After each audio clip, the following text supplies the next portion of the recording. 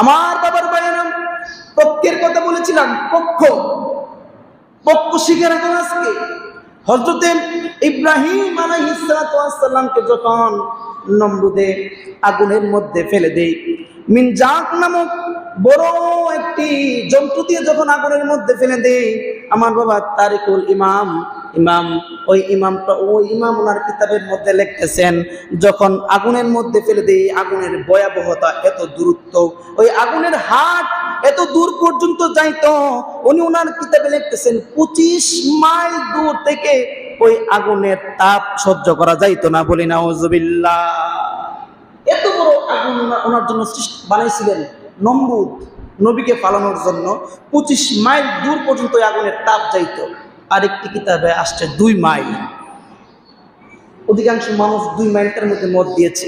2 মাইলও যদি হয়, এখান থেকে আমাদের দরন্তি যেত না, দরন্তি কালীগঞ্জ তো যাইব, কালীগঞ্জ পর্যন্ত আগুনের হাতটা যাইতো। কত বড় অগ্নিকণ্ড সৃষ্টি করছিল নবীরে পালানোর জন্য। দুনিয়ার কেউ ওনার সঙ্গে ছিল না, তবে ওনার সঙ্গে ছিল আমার আল্লাহ। কথা বলেন ঠিক কিনা? ফিলিস্তিনবাসীর পক্ষে যদি দুনিয়ার কেউ না থাকে, আমার আল্লাহ তাদের পক্ষে আছে না?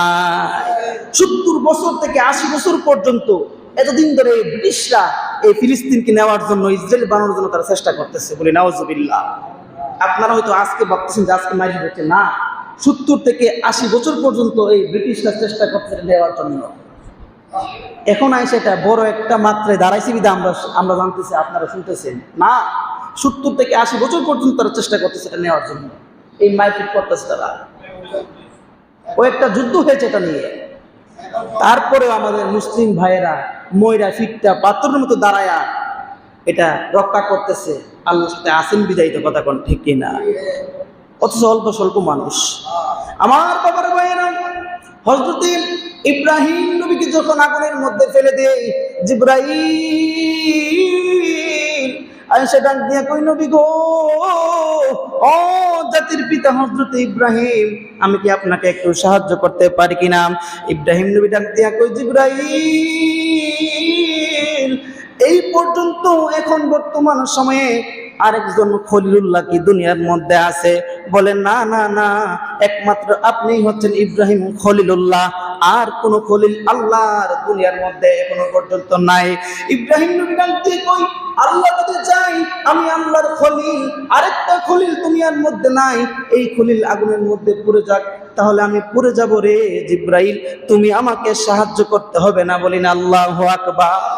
তাদের বিশ্বাস আল্লাহর পক্ষে কতটুকু ছিল যে যেহেতু একটা খলিল আছে দুনিয়াতে, আর কোন আল্লাহর খলিল নাই, আল্লাহ যদি চান তার খলিল এই আগুনের মধ্যে পুড়ে যাক, তাহলে আমি পুড়ে যাব, তুমি জিবরাইলের কোনো সাহায্যের দরকার আমার আল্লাহ।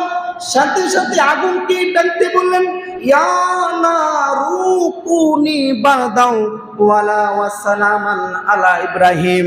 আগুন, ও আগুন আগুন আগুন, শুনে সূরা আম্বিয়ার 69 নম্বর আয়াতে আমার আল্লাহ বলতেছেন, আগুন আমার ইব্রাহিমকে তোমার মধ্যে ফেলে দিবে, তুমি দুনিয়ার সৃষ্টি করা আগুন, আমি আল্লাহর হুকুমত তোমার উপর চলে। আগুন আমি আল্লাহ তোমাকে অর্ডার করতেছি, নির্দেশ দিয়েছি, আমার ইব্রাহিমের জন্য তুমি আগুন নিরাপদ এবং শান্তিময় হয়ে যাও। বলি সুবহান। আগুন কি মানুষকে পুরান না? আর কত বড় আগুন সৃষ্টি করছে, 2 মাইল দূর থেকে তাপ পাওয়া যায়। ওই আগুন ইব্রাহিমের জন্য শান্তি এবং নিরাপদ হয়ে গিয়েছে। বলি সুবহানাল্লাহ। ওই আগুনের এক পাশে, বাবা পক্ষ আসতেছে, পক্ষ, ওই আগুনের এক পাশে দাঁড়ায়া, আরো তো একটু বড় জানেন নাম কি, গিরগিটি। ওই গিরগিটি আরো থেকে একটু বড়, এতটুকু সাইজের। এটা ওই 2 মাইল দূর থেকে দাঁড়ায় আগুন ফুদে, আগুনের মধ্যে কি দে, ফুদে। আমার আল্লাহ ডাকতে কই, এই গিরগিটি শুনো, তুমি কেন আগুনের মধ্যে ফু দিচ্ছ? ওই গিরগিটি বলে, আল্লাহ আগুনের তাপ বাড়ানোর জন্য আমি আগুনকে ফু দেই। বলি নাউজুবিল্লাহ। আগুনের তাপ বাড়ানোর জন্য। এখন আপনারা বলুন, গিরগিটিটা বড় জোর অত বড়, আমি দল্লাম অত বড়, 2 মাইল দূর থেকে এটা ফু দিলি, এটা ফুক আগুন লাগবো গিয়া, কোন আসবো যাইব? হ্যাঁ, এখন যারা বলে যে হের অস্ত্র শস্ত্র নাই, বাংলার অনেক আছে, বিশ্বের আশেপাশে অনেক মুসলমান আছে যারা মুসলমান হইয়া মুসলমানের বিপক্ষে বলতেছে হের অস্ত্র শস্ত্র নাই, হেরা কিনে গেছে ইহুদির পক্ষে যুদ্ধ করত। হে হইছে গিরগিটির বংশধর, বলি নাউজুবিল্লাহ। ওই গিরগিটির বংশধর পক্ষ ছিলেন পক্ষ। অপর প্রান্তে আমার আল্লাহ দেখতেছেন ব্যাং, ব্যাং শ্রেণী আপনারা, ব্যাং ফসরাপ করতেছে, আঙুনের মধ্যে পেশাব করতেছে। আপনার বলেন ব্যাংকের পেশাব কি ফায়ার সার্ভিসের মতো সিরসিরে এক এক করে ফসরাপ করে? আমার আল্লাহ ডাক দিয়ে কই, ব্যাং, ও ব্যাং, ব্যাং রে, তুমি কেন ওই আগুনের মধ্যে আমার ইব্রাহিমকে যে আগুনের মধ্যে ফেলা হয়েছে ওই আগুনের মধ্যে তুমি কেন পেশাব করতেছ? ব্যাং ডাক দিয়ে কই,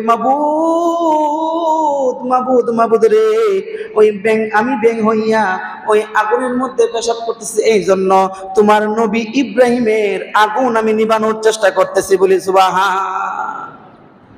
ব্যাংকের প্রস্রাবে কি আগুন নিবব? আল্লাহ বলছে ব্যাং, তোর প্রস্রাবে কি আগুন নিবব? এত বড় আগুন?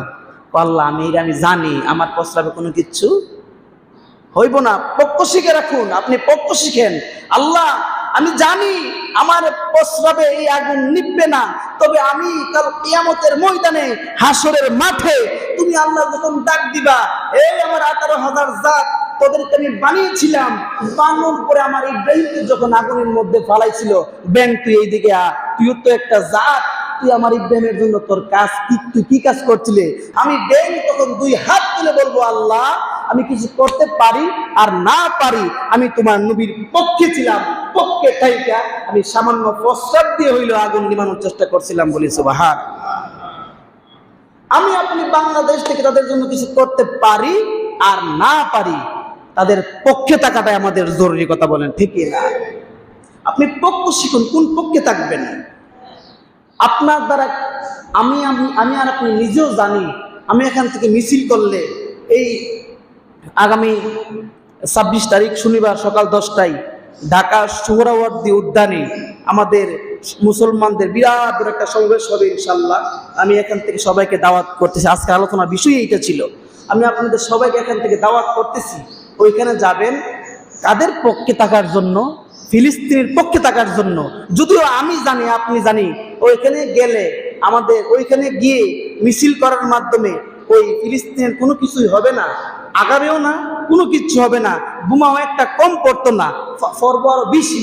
তবে হাসরের ময়দানে দাঁড়িয়ে বলতে পারবো আমরা পক্ষে ছিলাম, আমরা পক্ষে ছিলাম। তোমার আমার মুসলিম ভাইকে যে ওইখানে মারছিল, আমরা পক্ষে ছিলাম, পক্ষে, ব্যাঙের মতো পক্ষে ছিলাম। আর গিরগিটির মতো আমরা বিপক্ষে ছিলাম না। মুসলিম হয়ে এখন গিরগিটির মতো বিপক্ষে। আমার নবী সহিহুল বুখারীর মধ্যে এবং সহিহ মুসলিমের মধ্যে, সিয়াসিত্তার অন্যান্য গ্রন্থের মধ্যে ওই গিরগিটি সম্পর্কে হাদিস এনেছেন। নবী ডাক দিয়ে বলতেন, সাহাবীরা রে আমার শোনো, ওই গিরগিটিকে তোমরা যেই জায়গায় দেখবা দৌড়াইতে তাদেরকে মারবা। ইয়া রাসূলুল্লাহ, কেন? সাহাবী, ওই গিরগিটি ইব্রাহিম নবীর দুশমন, যেই গিরগিটি ইব্রাহিম নবীর দুশমন, সে আমি নবীর দুশমন, আর আমি নবীর দুশমন